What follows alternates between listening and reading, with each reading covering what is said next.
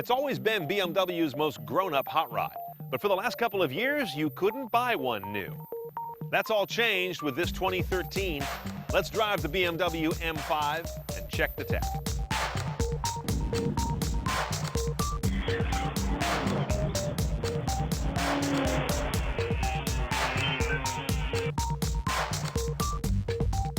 Now, the M5 went away for 2 model years, 11 and 12. Back now in this 13 form. And of course, visually, it's easy to spot because it has the lines of the new 5 Series in general. That means the butt's not ugly anymore. Inside, we're going to find some interesting refreshes on BMW's excellent cabin tech. And under the hood, they got rid of the V10 locomotive engine, but still kept it kind of old school. Let's go inside first.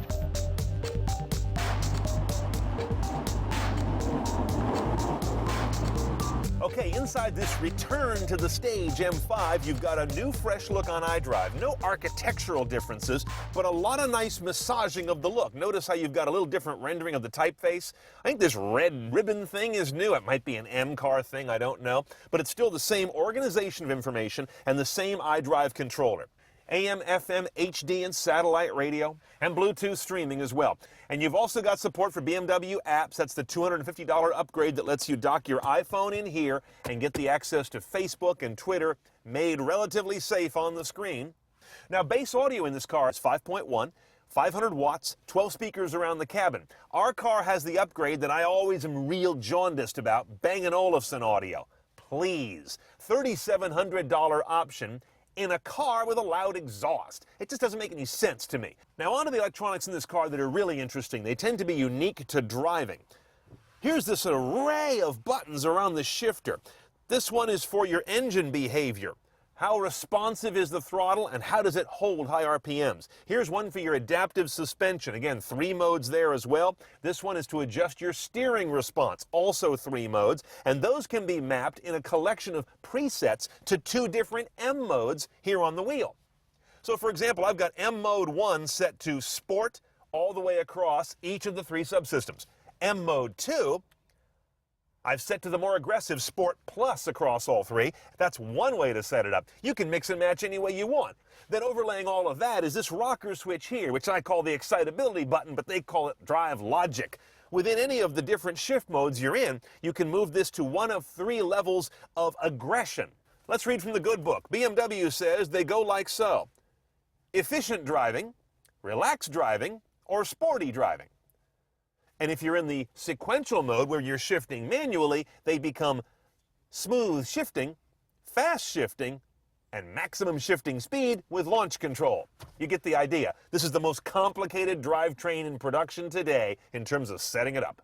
Well, you probably noticed this shifter. Now, we have the 7-speed sequential automated manual. It's a dual clutch transmission. To the right once is your standard automatic drive mode, again, influenced by all these controls. Kick it again to sequential. Now it's basically a red line holder, and you're responsible on the paddles or with this guy back and forth for doing the shifting. Neutral over here, up and left is reverse. There's no park. You just turn this guy off in drive. I had to unlearn 30 years of driving. That was really weird. While we're talking about visual technologies, check out this one. This is the best head-up display in the business. Turn on the M View and you get your speed. You get this sort of horizontal arced tachometer. You get shift light segments on the top of it, and check that out. You've got a speed limit sign, which is an actual live readout of the speed limit in your area. Is it done by GPS map? No, it's done by the camera reading speed limit signs as you drive. That's pretty cool. Now, kind of related to visual is the invisible visual technologies on this car. Over here, you see this button for lane departure. If you drift while that's turned on, it's going to read those lines and figure out that you're doing so and give you a vibration on the wheel. It does not correct for you. There's also blind spot technology you turn on right here. That'll give you an angry flashing inside the mirror housing right by its root right there. But again, no correction. And you've got forward collision warning technology. Turn that on, and the car is going to remind you you're about to kiss the butt of the one in front of you. The car, that is. Now, BMW still lags behind Audi's stunning use of Google Earth imagery, but the M5 shows the most nuanced 3D renderings I've seen in any car nav system. The one visual technology I don't have on this car is the night vision with pedestrian detection. That would turn this screen into an infrared view of what's ahead of me, useful in the evening, and will also call out pedestrians, which it figures out through image processing and puts them up there with a warning icon on the screen. Now, the first thing I want to show you about the engine bay in the BMW M5 is not the engine, but these damn things. They're back. These two spiked hooks meant to go right through your skull and draw your brain out through the resulting hole. Be careful of these. There's even a sticker here that says be careful, but it's their idea of a sick joke. Now, the engine itself, a 4.4-liter V8. Twin turbos, not twin scroll turbo, but two distinct turbos. In fact, here's the evidence, an intercooler for each one. They blow into this engine and help it create 560 horsepower, 500 foot-pounds of torque. 0 to 60 on this 4,400-pound car happens in about 4.2 seconds. That's pretty quick for a big boy like this.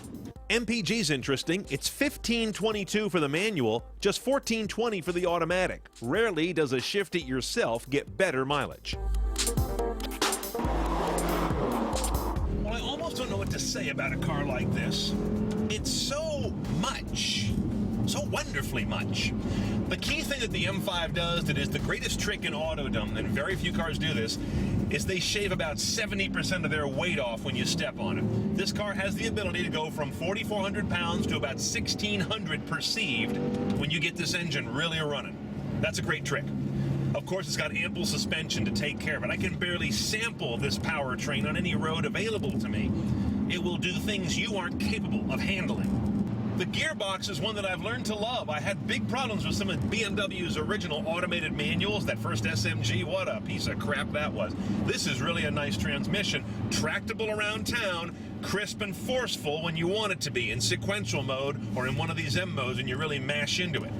One quibble I've got, and it's enough of a quibble that I would have to really think hard about it, is there's an enormous amount of road vibration that comes through into this steering wheel. I'm not talking about road feel. I'm talking about incredibly annoying, kind of high-frequency vibration, the kind that'll make your hands numb after a while. Mark my words, in the 2014, they will dial that out. They're gonna get customer complaints about this. But aside from that annoying holding a power drill all the time feeling of the steering feedback, I have no problem with this suspension. When you dial it back into its comfort mode, it is exactly that. It's not excessively harsh. You're not getting all these hammer inputs underneath the car. And when you go into the aggressive mode, it still isn't so aggressive that it's losing contact with the earth.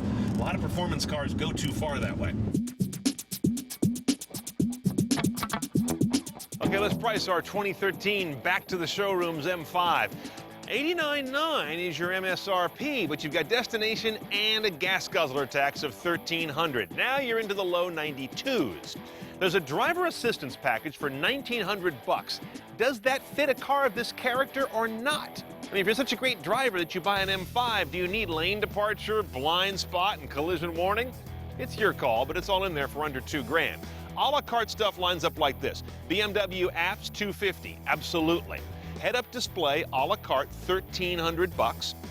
No money extra for the 6-speed manual, that's a pick. And night vision with pedestrian detection, $2,600.